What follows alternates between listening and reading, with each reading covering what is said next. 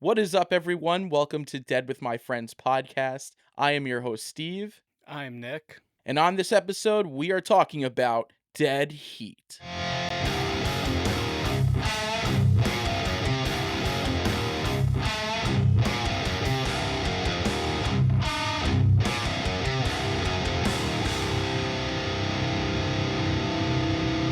So, what's up, Steven? It's been a couple weeks since we've recorded. What's been going on with you? Well, brother, it's been a week. Wednesday, I went out to a Fathom event to see Godzilla Tokyo SOS. Nice. That was pretty awesome. There was a great crowd turnout, and from like all ages, old people in their 30s, teenagers, like Godzilla stands the test of time, man. And Fun for the whole family? yeah, for sure, I'd say so. I Yeah. mean, I've been into Godzilla and kaiju films since I was a kid. So just to see like all these age groups come out for this Wednesday night Fathom event, like it was really cool to see. So that was cool. And then Thursday, I went to a bar in Kingston called Tubby's for a hardcore show. I like the name. Uh, yeah, it's a small bar in like the more like city area of Kingston, I guess. Yeah, so it was a show booked by Streets of Hate, who are notorious for booking shows in the Hudson Valley. It was the debut of Hudson Valley hardcore band Godskin Peeler, so snagged a shirt there.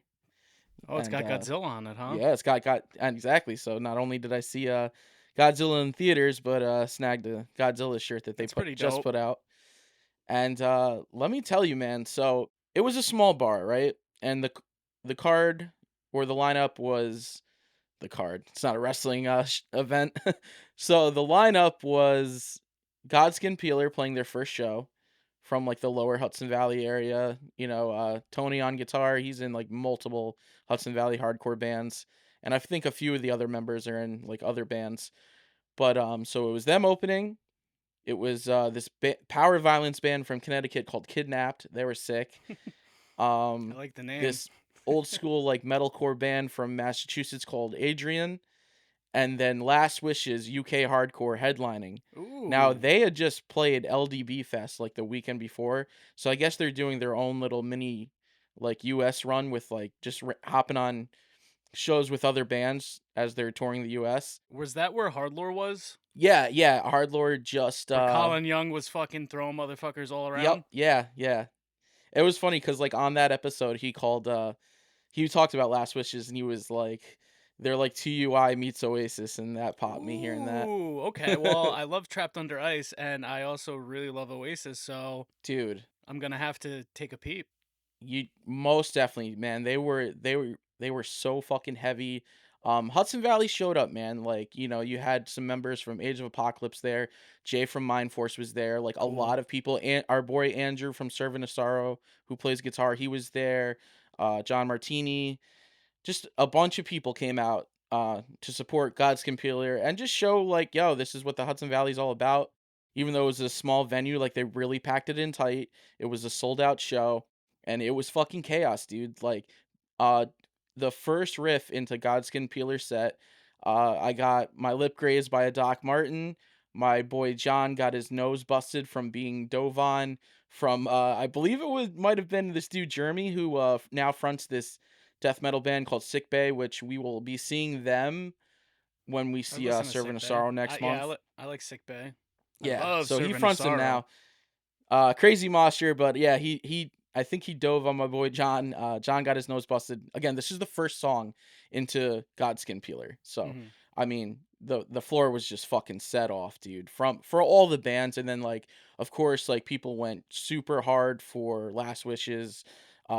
Just crazy chaotic violence, man. It was probably one of the most violent shows I've been to in a while, and it was such a good turnout. Did you mosh or two step at all? Nah, man. I was standing at the edge of the pit, just enjoying taking videos to tag the bands, and just having a good time, man.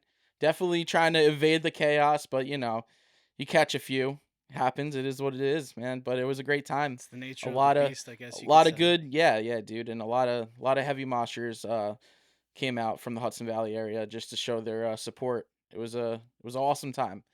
Definitely one for the books. Dude, there's a lot of shows going on these days, it seems. Or, I mean, maybe I've been out of the scene for a bit. And I'm getting more into it since you're kind of like bringing me more into the hardcore aspect of the Yeah, Hudson Valley scene. Um, but it just seems like there's shows like going on all the time now, which is pretty dope. I love it. I love it because if people keep showing up, more shows will keep happening. I hope this isn't the last time that Tubby's decides to book a hardcore show because, well, it got chaotic. It was a good turnout. I mean, it sold out. They put a sign right on the door like sold out, like max capacity. That's fucking So, dope, dude. And I mean, yeah. that had to be awesome for all the bands playing too, dude. Because I know from my experience playing in shows and shit, playing in bands and shit, dude. When you see a packed fucking house, it's the best feeling in the world. Yeah. You could suck, and you could just be like, yeah, this is gonna be the best show of my life. Yeah, no, again, great turnout. I also picked up a Last Wishes hoodie just because, again, they're coming from the UK. Like, that's quite a financial strain, I'm sure, to come across the pond It's and do huge. do what they do. So for them to come to such a small bar in Kingston, like, had to pick something up. So That's always the best way to show your support, man. Or is getting fucking merch and shit. You know, live, or not live, but you know when you go and see them live, dude. So that's awesome. You're always repping, dude. always try to show my support to the scene. And yeah, man, it was a good time. Legendary night, legendary show. And yeah, that's oh, and I blew my tire yesterday, so I've been gotta there. caught a pothole, blew my tire. Gotta get that all figured out this week in between work. Got that going on, but next Friday I'm gonna go see John Wick 4 with the boys, Joe, Alec, and Dan, and then it's WrestleMania weekend next weekend, dude. So hyped for that. Pretty hyped for the build. I'm very invested in the card for the most part. So yeah, got some things to look forward to, and that's it, man. That's my week in a wrap. Nice, How man. about you? Anything? I mean, Anything? nothing super crazy, man. Just fucking working, having fun doing that. Working on some masks. What mask are you working on right now? I'm working on a Leatherface one. No surprise. I'm working on a Kemper one right now. Okay, your specialty. Yeah, my specialty. I After we wrap, I gotta like throw the fucking hair on it and try to really get that going. It's been kind of on my table for a little bit, but I have some Halloween 2018 masks that I got. Somebody had actually traded me some shit for. So once I'm done with this Kemper, I will definitely be tackling those. The 2018s aren't my favorite movies, but I really do like the masks. Yeah. No, listen. The look of Michael was good in the first one in Kills, Yeah. and besides that fact, but we don't got to get into that. Yeah, no, no, but You that's a fucking deep rabbit hole. But other than that, Kim and I have just been, we've just been like throwing on fucking just movies that we've been wanting to see, man. Like last night, we watched. Have you ever seen the movie Dark City? I don't think I have. All right. Well, when I was watching it, I was like, Steven might like this, but it's just one of those movies where like it's a little bit to unpack. But dude, it was made by Alex Proyas, who's the director of The Crow, and Oh, okay. this was his first movie 4 years after The Crow. Is fucking incredible, man. It was the first time that I had ever watched it, but I've seen clips and shit of it throughout the years, man. So I had heard an interview with him on the Movie Crypt podcast. Can't stop listening to that shit. But yeah, dude, just the use of the miniatures and his dark directing style, it's incredible, dude. It just kind of seems like a perfect streamline from The Crow to Dark City, even though they're like totally different. But it was a great flick. And then we watched. I've never seen it. Drag Me to Hell. You've never seen Drag Me to Hell? Never saw And Drag you're Me to you're a Hell. big Sam Raimi I guy. love Sam Raimi, yeah, dude, but I never got around to watching that one. But for some reason, I was just it just popped in my head, and I was like, I need to actually finally fucking sit down and watch this movie. And me, man, like, yeah, I love Sam Raimi. He's like one of the filmmakers. Like, I wouldn't say he's my favorite director, but he's up there with a style that I really gravitate towards. Like I love his camera work. I love his I do love his directing. Um but I wouldn't put him up there with like my Tarantino or my Fincher or my Oh, Carpenter. speaking of Tarantino, Yeah. so I was chilling with Joe and John last night for a little bit, right? Yeah. Because it was along the way home, so I was like, I might as well stop by because that was the original plan. And we were gonna watch Dead Heat, but then Joe said he had never seen From Dusk Till Dawn, Oh my and John god. and I were like, no, no, So good, man. we've got to throw this on. And he like knew nothing really about it. He'd seen some clips, I guess, like once at the end when it switches to a vampire movie. Like he's like, Mhm. oh, I've seen some of these clips, but I didn't know it was from this. Two different movies in one. It's insane. I loved that it was his first like full time watch. So to see like his natural reaction once the movie like twists into a vampire movie was sick. Yeah. Once It they get was to the titty twister. yeah. Such a good time. Such a good movie. That movie's timeless. I could always just revisit it Oh yeah. and just have a good time. I'm not sure if Kim has actually seen that, but that's a good one. Oh, we actually watched Candyman last night. It was her first time watching it. Original or the new one? Yeah, the original. Well, Okay, cool. we were looking through Amazon for like some shit to watch, and the new Candyman had popped up, and she's like, "You still haven't shown me Candyman." And for some reason, like I was more inclined to watch the newer one again because I've Mhm. seen the old one a bunch. I've seen the original a bunch, but I was more inclined to watch that. But I was like, "Fuck, she's got to watch the first before." So yeah, we're compiling a nice list of shit that I have to show her. That's pretty cool, man. So yeah, we did Did that. you We did did you Dark. show her from the your Arrow box set? Yeah, definitely. Awesome. Yeah, Such a sick box set though. absolutely, man. It's such a good movie, dude. Such a Yeah. fucking good movie. Still kind of scares me to this day, man. It scared me when I was a kid and it's still like just Tony Todd, dude. What a presence. And like Virginia yeah, Helen. exactly, dude. And Virginia Madsen, like she's just so dreamy and like captivating. It's so good. It's so Yeah, dude, fucking she good. played such a good role as Helen Yeah. in that flick. Dude, it was so funny too, cause so you know how like Helen's husband is like cheating in the Yeah. flick? Trevor, yep. Trevor, yeah. So when Helen goes to visit him at work and he's like Mhm. mingling with his students and shit, like you can immediately like just tell, you know, from a mile away that like Oh, that one that younger student, girl. Yep. Yeah. yeah. Oh yeah. And then Oh Kim out of yeah. nowhere, she's like, "Fucking bitch," and I'm like, you know, she's like, "Yeah, I know, I see it." Yeah. Yeah. He was dude, the dude that played Trevor, he was in a few 80s horror movies. He was in this one called Deadly Dreams. Um that was a Price Chopper Video era day. Hmm. That rental right there. And a few others, but I dig him, man. I dig him as an actor. I think he's solid. I like Trevor, even though he's a scumbag. Like, I don't know, he's just like someone you just love to hate. And when he gets his comeuppance at the end, Oh, it's dude, so sick.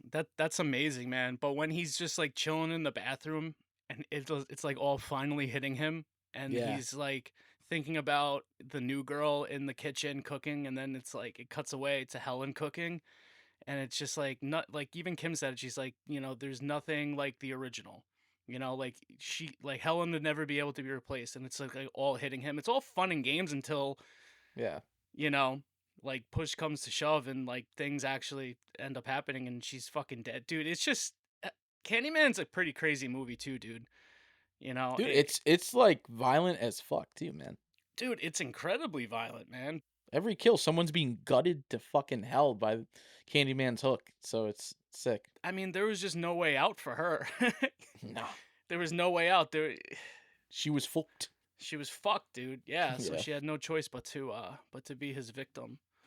Be his victim. exactly. But Yeah, yeah, dude, great flick, man. But yeah, we're just powering through a bunch of flicks, dude. So I'm cool. happy that she's interested in it. Um, so yeah, besides that, nothing else really going on, man. So I say let's fucking get into Dead Heat, dude. What do you say?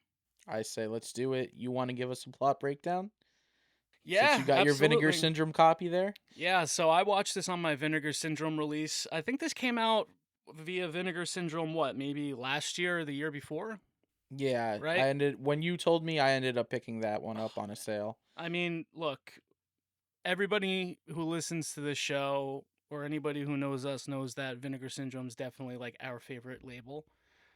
So they're I think putting out that's the fair best to stuff. say. I don't know if you could. No, you can't even look. It's. Mm, I wish you could see it. Can you see it? No, you can't. Anyways, kind a little bit, a little bit. so yeah, dude, they put out a great release. It was a 4K Ultra HD release.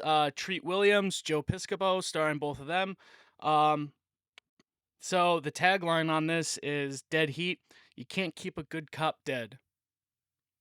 I like it. Dig it. So let's see what the write up is on Vinegar Syndrome. I'm sure that they did a great job on it. So Detective Doug Bigelow and Roger Mortis have just tried and failed to take down a ring of master thieves who have been targeting high end jewelry dealers. While orchestrating a massive siege, the thieves are violently eliminated, one blown apart and the other crushed. While being autopsied, the forensic pathologist makes an inexplicable discovery. The dead men were already dead before being killed. In other words, they were zombies. With this little information to go on besides the presence of a strange man made substance in the cadaver's flesh, Bigelow and Mortis attempt to piece together the mystery, which eventually leads them to a chemical plant wherein Mortis, true to his name, winds up killed by a hulking zombie. But who's better to fight the zombie criminals than a zombie cop? Zombie Cop. That's a movie too. It's a shot on video one. So this says a novel take on the zombie film. Oscar nominee Mark Goldblatt's directorial debut, Dead Heat, is a tightly paced and darkly comedic action horror film featuring plentiful gore effects and with an all-star cast headlined by Emmy nominees Treat Wilson, Joe Piscopo, Darren McGavin, alongside horror icon Vincent fucking Price in one of his final roles. Vinegar Syndrome proudly presents the worldwide 4K Ultra HD debut of Dead Heat, newly restored from its 35mm original negative. It's got a bunch of special features on this as well. I have yet to venture into. I don't know if you have yet. I didn't. I just popped it into my Blu-ray player and watched it before we started recording. And yeah, dude. Mark Goldblatt, his editor Yeah, credits. he doesn't Holy have shit, he man. doesn't have a crazy directing filmography, but his editing credits are fucking absolutely insane. Dude, Terminator 2. So I The mean, you want Howling, to the Halloween 2. Howling, Yeah, I wrote some Howling 2, down. yep. So he edited The Howling, Enter the Ninja, Fuck yeah. Halloween 2, Terminator, Terminator 2, Commando, Nightbreed, just to name a few. And this list just keeps going on and on and on, even to like more recent times. Um, so yeah, fucking guy can edit for sure. Master editor. Yeah, dude, definitely, dude. Like those are great fucking movies, man, that he has under his belt. So Absolutely. And it's got a great cast too. I mean, we've got the dad from A Christmas Story. yeah, and Billy Madison. He's the Yeah. dad in Billy Madison. Is he? Wait, yeah, yeah, that's right. Holy Yeah, shit. Damn, yeah. dude. I miss him. He was a good actor. Yeah, he was cool. It would have been cool to see him in the new Christmas Story, but Yeah. He was also in the Night Stalker. That's some cool, like, if you like vampires and shit, like his ooh, old like Night Stalker movies and like series, definitely worth checking out. Um, we've also got here. Let me just. I can't remember the name off the top of my head, but this movie also has Toro Tanaka. All right, who plays like the butcher. Okay, this dude was in Revenge of the Ninja, Three Ninjas, one of my childhood favorites for both of those, and Darkman, as well as like a ton of like 80s and 90s movies. He always like kind of played a villain. right. A- And he was a professional Japanese wrestler too. Oh, cool. Was he in Austin Powers? I think he might have been in Austin Powers too. Yeah, he looked like it. And He looked then like the dude. his boss, Mr. Thule, uh K Luke, he was also the alleyway merchant in Gremlins who owned the Magua. So that was cool seeing Oh, him. Yeah. that's cool. I did not Yeah. know that. So that I was like, no, no fucking way. And I looked it up and because I knew once I saw his face, I was like, that looks like the dude from Gremlins that owns the Magua in the beginning. And yeah, it's him, man. So like a really cool cast that like pops in and out. Again, the legend Vincent Price. I mean, we don't really need to go into his No, filmography because not at all. everything's Yeah. been fucking knockouts, dude. He's the best actor ever, dude. I have him tattooed on my forearm, bro. He's Vincent Price is my favorite actor. So, I mean, just like how fun this movie is, and then adding that Vincent Price is also in it, just kind of just totally fucking elevates it for me, honestly. So yeah, going over Mark Goldblatt's editing credits and him, this is his first time directing debut. And just talking about how awesome the cast is, I think it's time we really get down to the thick of everything we've enjoyed about Dead Heat and why you picked this one. 'Cause this Yeah, was your pick, man, yeah. which I This was all for. So Yeah, this is my pick. I don't know. I'm happy we did it, dude. And I gotta say, dude, for Mark Goldblatt as this being one of, is it his first? Is it his first directing? yeah, Is this his he only directorial did debut? three. Okay, He only did great, three. So yeah, great job, man. I mean, great job on it. That's one thing that I could definitely start out as saying. Amazing editing credits and great introduction into directing. So all right, brother, let's get into this deep dive talking about Dead Heat. There's definitely something very weird going on here. Detective Roger Mortis has a problem. He's dead. But Detective Bigelow is bringing him back alive. That's okay. Don't get up. Told you not to get up. Now, he's got 12 hours to solve the toughest murder case of his career. Get down! His own. That's it. From now on, I'm a vegetarian. How do you fight this thing? Maybe we could drown it in A1 sauce. Treat Williams Sit down. and Joe Piscopo are Dead Heat. You can't keep a good cop dead.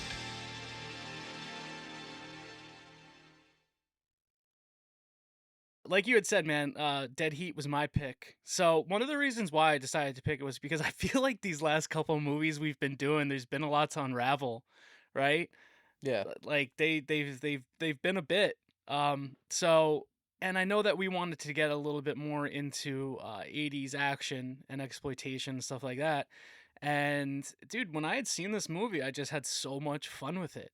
Like it's just such a fun fucking movie from beginning to end. Um the thing about it, and I had actually mentioned to you today about the whole vinegar Sundays thing that I like to do. So this is the thing that I've been trying to gain a little bit of traction on. I'm gonna definitely start posting about it again, dude. I just have so much Vinegar Syndrome movies, and I know that you do too. So yep. finding the time to actually find them, as well as like other releases that are coming in from different labels and shit. I'm like Vinegar Sundays. Sunday mornings will be dedicated to Vinegar Syndrome. So pop in your favorite Vinegar Syndrome movie that you haven't seen yet. Get your coffee going, get your breakfast, sit down and watch it, dude. I love it. This is the perfect fucking movie for a Sunday morning, man, in I my love opinion. it. And that's exactly what I did today. Um, so I did dude, too. yeah, I a little bit later than you. You started before me, but yeah, man, you had mentioned this to me before, and I was all for it. So I was like, all right, yeah, it's a vinegar Sunday before we record. yeah. So I mean, those listening, participate. It's fun, you know. Tell us what you're watching. Tell us what Vinegar Syndrome title you're watching. I got Yeah, so much that I have to. I have tag so much. us, tag us in your posts with and use hashtag Vinegar Sundays, and let us know what you're watching, like what's in Yeah. your Vinegar Syndrome collection. I know, like you said, dude, I have a lot of unwatched Vinegar Syndrome titles in my collection. Which, speaking of, they have a pre-sale flash sale going on before the Black Friday. I ended up picking Lamberto Bava's A Blade in the Dark, and I ended up picking up The Boogeyman. Oh, you didn't pick up Showgirls? I didn't, man. I remember it briefly, but Mhm. it just, for the cost of things, like I really wanted to snag the titles that I was most hyped on. I might pick that up, to be honest with you. I hadn't seen that movie since like the early 2000s when I was a little ass kid. And I mean, a little ass kid. Same. I saw it. I saw it as a little ass kid, man. It's And like I'm some like, late night HBO. But yeah, apparently, like that movie was like, exactly. yeah, Yeah, I shouldn't have been watching it, but I definitely was. They said that like that was one of the movies that like sold the fastest. I don't know if it's sold out, but like Yeah, the they most said, amount of copies or something. Like, fuck yep, yeah, dude. that's Oh, and by awesome. the way, before we continue, dude, go listen to that podcast. I had actually just found out about this podcast, and I want to give them a quick shout out because I was really liking the content. Um the podcast is called the Films at Home Podcast, and they actually did a he did an episode with Oscar Betcher. So Oscar Betcher is an archivist and vault manager for Vinegar Syndrome. So, dude, it's it's so cool, man. Uh, I will just definitely check it out. just the preservation and everything that goes into these Vinegar Syndrome titles, like where they get them from, and then what ends up happening to them, whether it be like the actual Vinegar Syndrome, which happens with the prints. He goes in and he talks about why that happens, the different types of prints, different types of negatives. Like I was listening because Kim and I were cleaning Sunday after we had watched the movie. I had the podcast in, and I like said to her, I was like, "Damn, I wish I got into this shit like at this level, when I was in like high school, because dude, I definitely would have, aside from filmmaking, I could have totally had seen myself getting into like film preservation and things like that, dude. It's just like I have such a love for it, dude. I love hearing about it, and I still want to get a tour at the archive, man. But I doubt that that'll ever happen. Even one of the Yeah, guys there, I the was last like, time. yeah, I'd love a tour, and he's like, yeah, that's never gonna happen. Yeah, that was the last time we visited with Dan, right? Yeah, it might have been. We're Yeah, fucking long overdue for an archive visit. We should definitely we'll try go to soon. pencil that in. Maybe next time you come down, when we shoot the next in person, we'll definitely try to get it down. But let's get back on track and let's fucking talk Dead Heat. So, dude, the one thing that I love about Dead Heat is just the beginning throws you right into it, and you kind of already know what you're getting yourself into. It's the farthest thing from a boring intro. Or a boring beginning part of a movie. So we're thrown into these two like henchmen guys, these two robbers in a car, and they're on their way to a jewelry store. Like we just said, man, like, executioner masks, they're masked up, guns ablaze and all this shit, but they look fucking weird, man. Like their faces just look fucking weird. Um, so they get to the jewelry store and dude, just like the one-liners and everything in here, and just kind of like how these guys play like that generic bad guy in an 80s crime flick is just fucking amazing. Get on the floor. Like shit like stupid shit like that. So they end up fucking shooting this place up, stealing jewelry, and then it cuts, and then we meet our two fucking protagonists, two beat cops, fucking Treat Williams, Roger Mortis, and then we meet Joe Piscopo, who is Doug Bigelow. And dude, I just love fucking like Joe Piscopo, bro. He's just like jamming as they're like driving in like this fucking like Cadillac or Chevy Impala or whatever. I think it's a Chevy Impala, like an old Chevy. But dude, like, did you ever notice his since I would assume that they spend most of their time driving around being those kinds of cops. Did you see like notice on like the dashboard, he's got like pictures and his sandwich and stuff like it's his work desk? Not really. I didn't pay too much attention to that. I Yeah. was too much into the banter, the back and forth banter, and just like, okay, these are our good cop, bad cop. Like one of them's way more laid back, which is like the rough ass cop, and then you've got the good cop who's also like kind of a smart ass. Yeah. Dude, such good dialogue in this movie. So while we're introduced to them, they're just having like their fucking buddy conversation in the car. They end up getting a radio call for the robbery that's happening. So these guys spin that fucking car around and they head right over there, dude. And dude, it's like these cops have this fucking place surrounded. And dude, when these robbers end up coming out, dude, they don't hold back, bro. They immediately start shooting at the cops, and then we get into like this fucking awesome police robber shootout, and in like Lots of in squibs. like Beverly Hills. Oh yeah, tons of squibs, man. Tons of squib shots. But Love me a good squib. dude, I love the beginning. It is so much fun. sometimes beginnings of movies could end up just kind of lagging a little bit, but it was just a really cool way to introduce us to Joe and Treat in this movie, right? Yeah. No, dude, it doesn't waste any time. It gets right to the action. We have this epic shootout, and we don't know this right away, but like when Doug and Roger are like plugging them along with the other cops, they're fucking jewel thieves are not dying. Yeah, they're So not you're like, dying. what the fuck is going on here? So I think like Doug blows up one with a hand grenade, Yeah. and then Roger like cremates one with a car, pretty much smashes him to bits. Yeah, it's awesome. And then we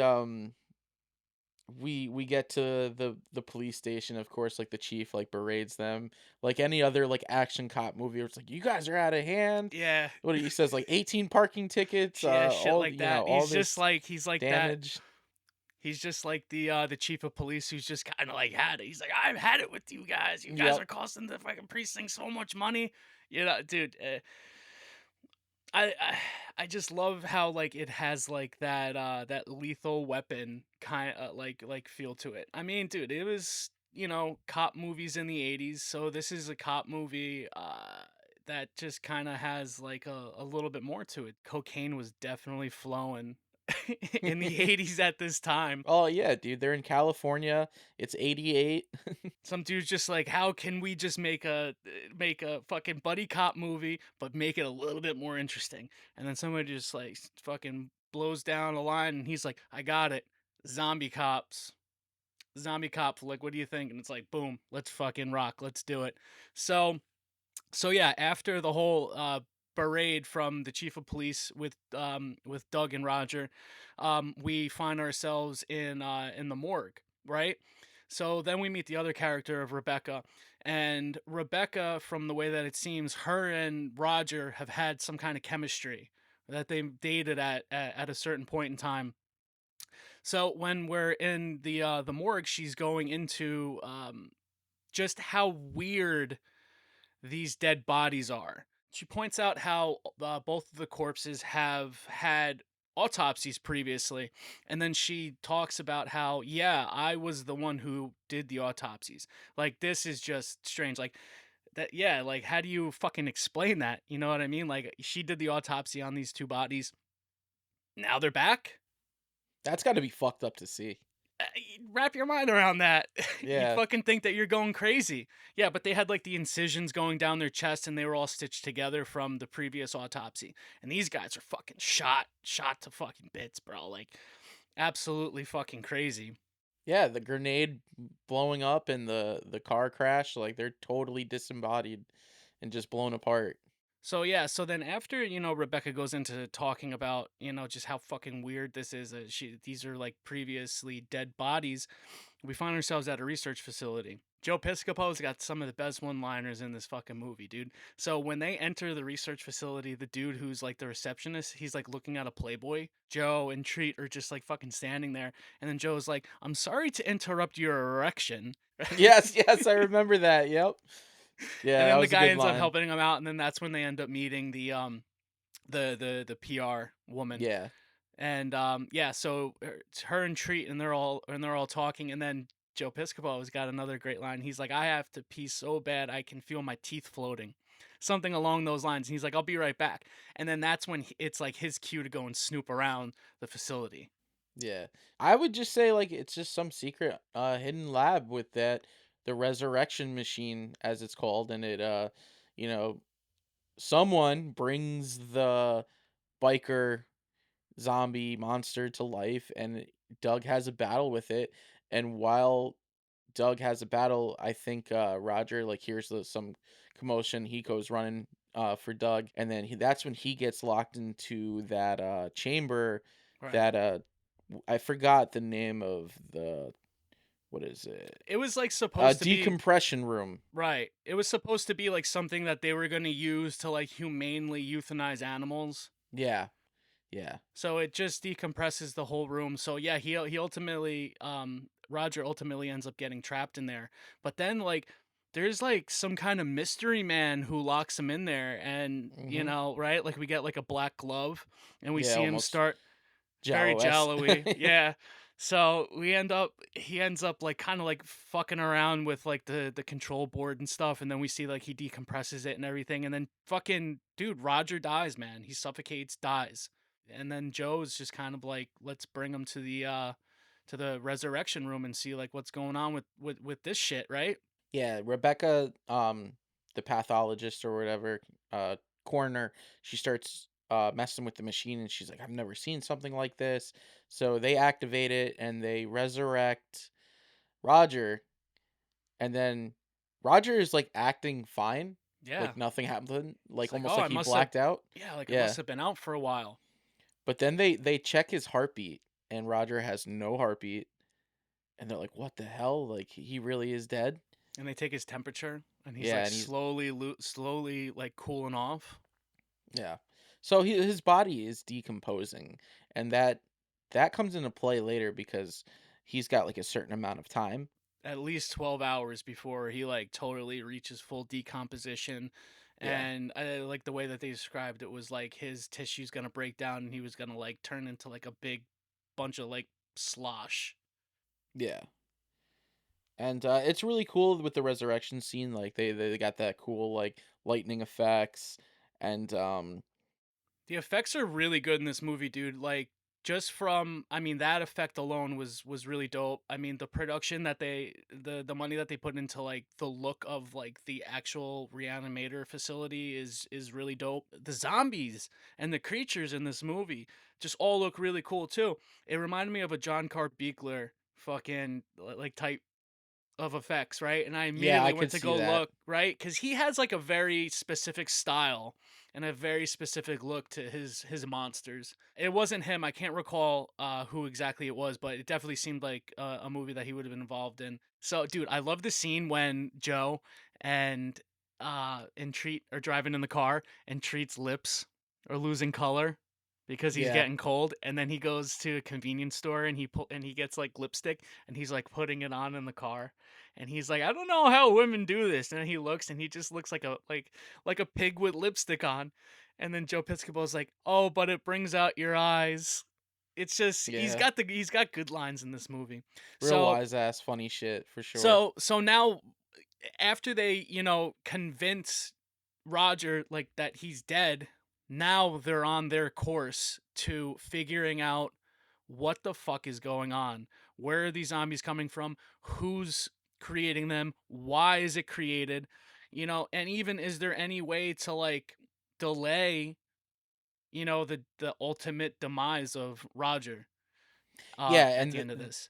that's when they go to the PR woman. I think her name's Randy. Um. Right.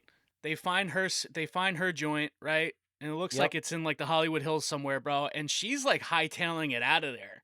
She's got Yeah. a bag packed. She's hopping in the car. And they start interrogating her, asking her questions and all of that, and they discover the tape, right? Yeah, she has a And videotape in the house, and then Joe Piscopo, he fucking throws it in the VHS player, and he's like, "Oh, let's get a look at this," right? And then it's Vincent Price on his deathbed, and he's like talking to her, and then you find out that she's his daughter. She's his yeah, daughter.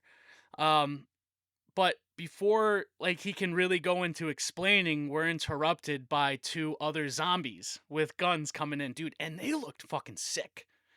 The yeah, one guy, dude, he looked like straight up. He looked like one of the dudes from Land of the Dead. I think that was like the one movie.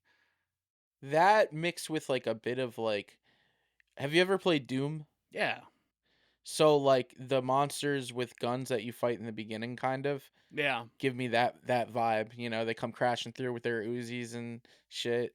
Yeah, it's really awesome. In her house, dude, we just have like this great fucking shootout between Joe, Treat, and then these two fucking guys, man. And I just love it, dude, because Treat, he's just like standing there and he's unloading on these guys, and they're just like they have like the Uzis, like you said. So they're just firing off on him, and he's just like blood's coming out, all this shit, but he ain't fucking dying, dude. And I mean, I was like, damn, dude. I'm like, this is fucking fun, man. So ultimately, like Treat and Joe and the PR woman, they end up getting away, and but no, they're still in the house. Um, so the zombie guys, they're like walking around the house stealthy, like looking for him and everything. And I like how the one guy, the one zombie walks by. He walks by like almost like this outdoor closet for the pool. And he just like starts punching it open, and he pulls Joe Piscopo out of the thing, and he starts having his battle with him. And then the other guy's walking around, and then he looks in the hot tub, and you see like this black mass inside the hot tub. And then fucking Roger ends up jumping out, pulls him in, and then they're fist fighting in the hot tub. Which can I say, I wonder if Mark Goldblatt pulled that from Revenge of the Ninja when Braden jumps out and surprises Show Oh yeah, from dude. with the and slices his Exactly. knees from the hot tub. Yeah, I just, I wonder. that had to be pulled from Revenge of the Ninja. So to get back to it, so they're ending up having this like both of these guys are just having like these fucking these fist fight fucking battles with both of these zombies.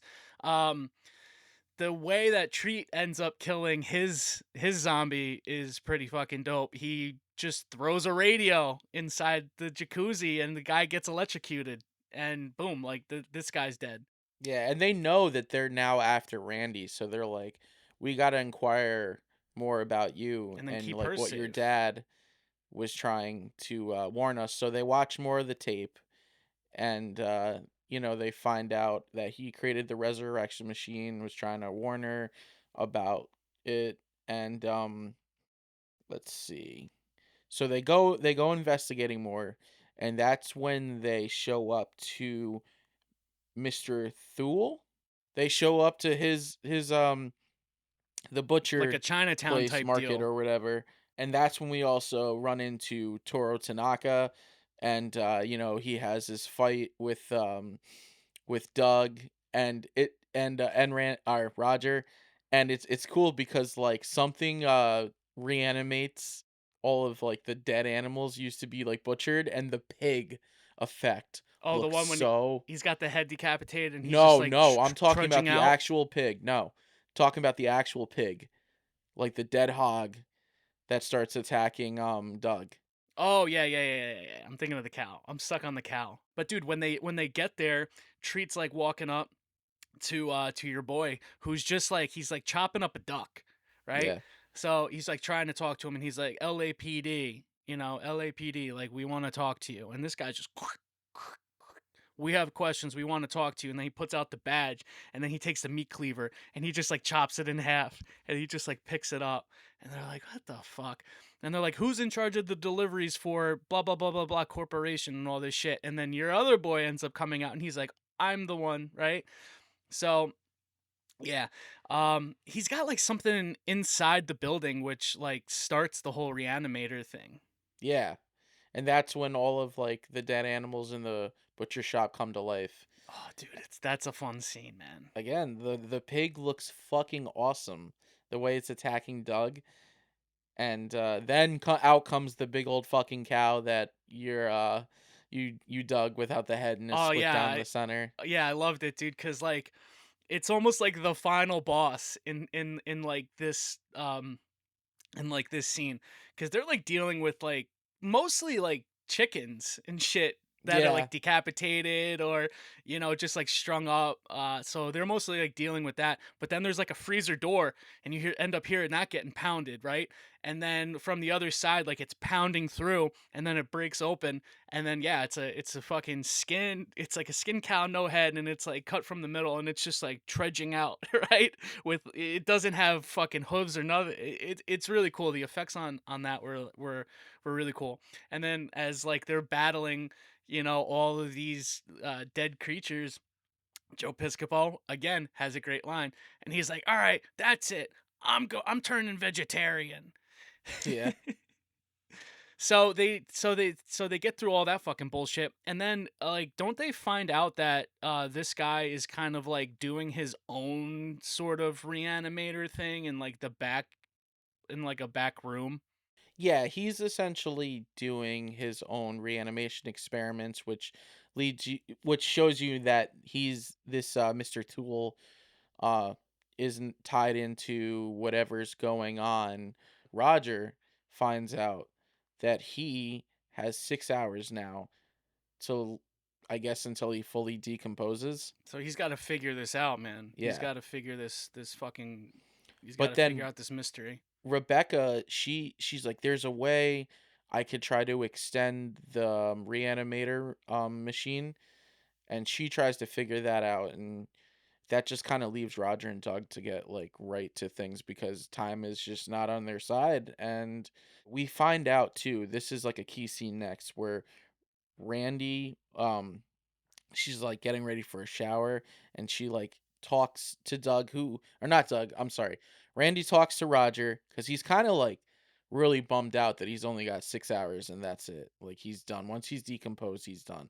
So he's kind of taking that hard. And then like he goes to talk with Randy, and she's getting ready for a shower. And then she reveals that she's dead like him, but she's been put on an extended period of time. Yeah. And she starts showing like the decomposition.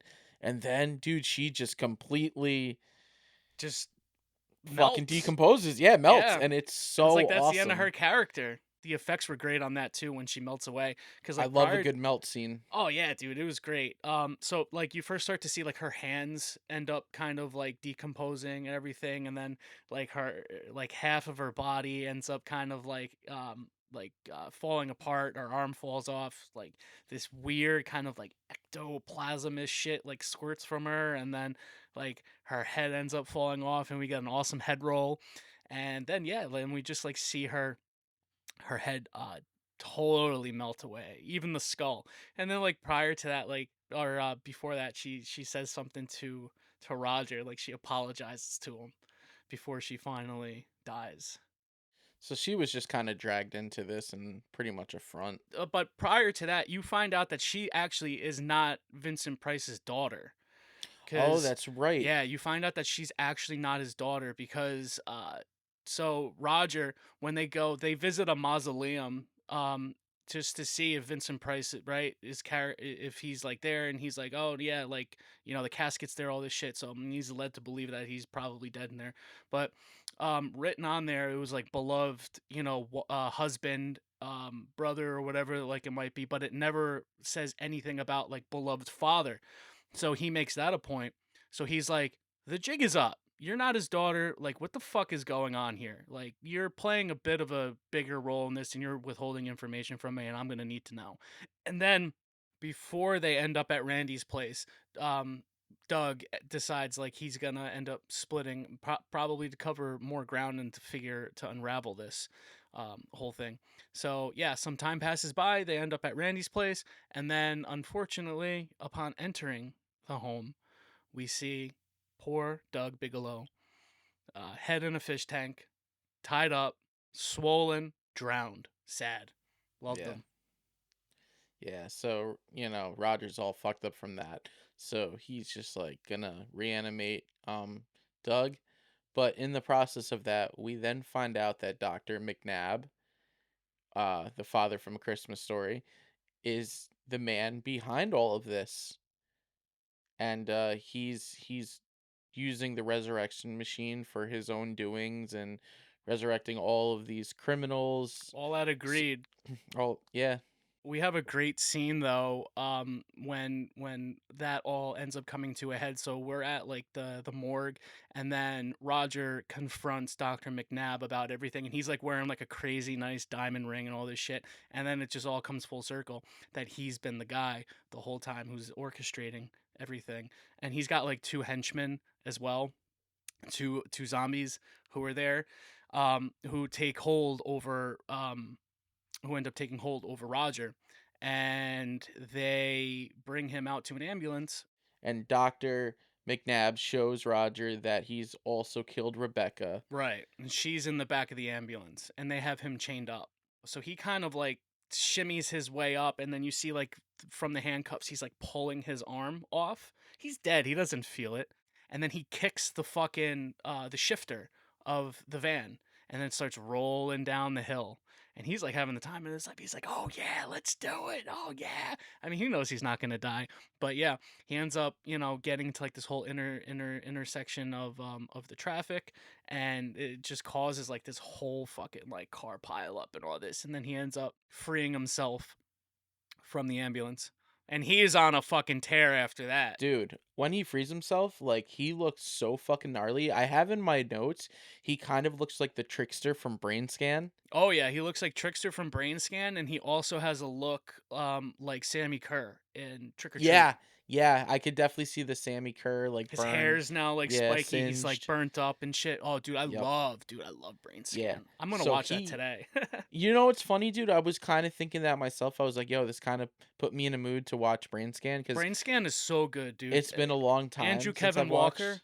that's my favorite writer. He's my favorite writer. He wrote Seven, but he also wrote Brain Scan. I'll give you a little sidebar thing later about Brain Scan, how that came to be. But go on. Yeah, so Roger now, he makes his way over to the research facility, and before he meets up with Dr. McNabb, he starts mowing all of these, like, fucking workers, henchmen with his Uzi, and it's just so badass. He's doing, like, these slides while he's, like, shooting. It's so Yeah, fucking sick, dude. yeah, dude. He like rides the motorcycle into the building. He steals that afterward after he gets freed from the fucking ambulance. And, then it's revealed, like, that Vincent Price's character is is still alive, like, he's been resurrected through the machine, and him and Dr. McNabb have this, like, whole setup where they're, like, showing off the machine to, like, this underground group of, like, what are they, like, They're all, business people? Like, they're all like the rich, and yeah. that's what the whole machine was like intended to be for, was for the rich. And I think McNabb, like, his motive is different than Vincent Price's. I feel like Vincent Price's character, like, it wasn't bad intentions creating this machine. He had created it to allow, the rich and elite and powerful to live forever. To continue their work, to be able to, still have their money and everything like that. So this is like his pitch, trying to sell this thing, sell this idea to his rich friends. But everybody's like sitting around, and then we see that there's a body in the reanimator machine, and it is revealed that it is Doug, that Yeah. they are gonna reanimate him. They ultimately do end up reanimating him, and then he ends up coming off of the machine. And then Roger, he's like trying to to plead with him. He's like, "Yo," he's like, "You're my partner. You're my friend."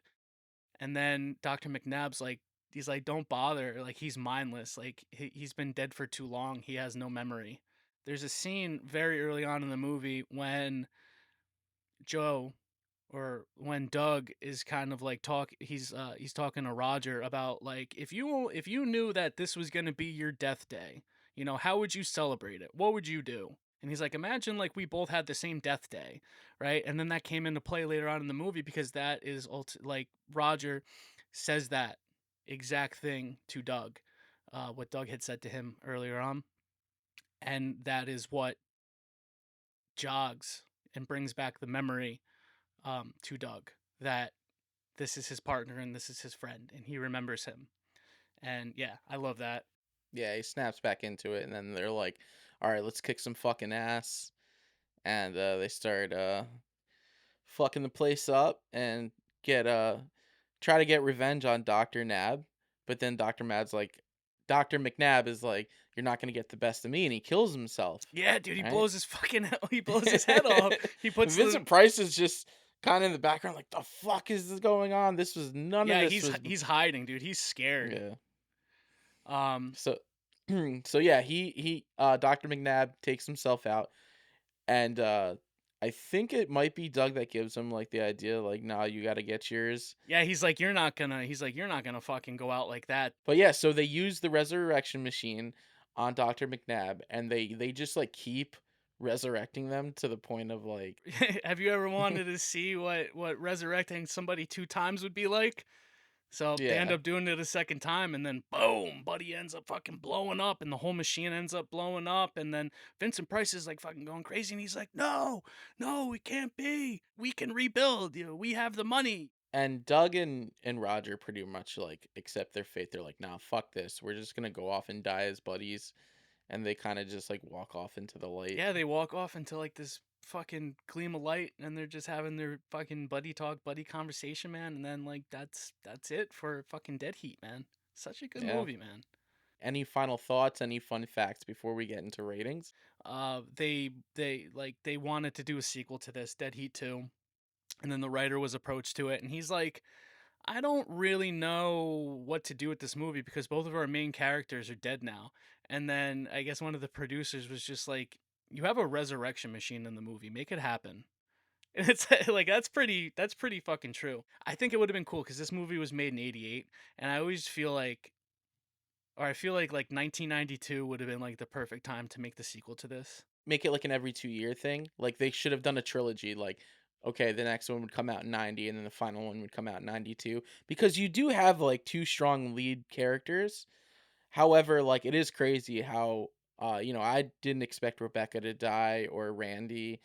So those were kind of cool to see them die because you didn't expect it really. You thought like at least that Roger and Rebecca would like make up maybe in the end and somehow find a way to continue on like their miss love or Yeah, whatever. they could have brought him back for two for sure because as like the main machine is destroyed, but then you have your boy Yule, or what's his name?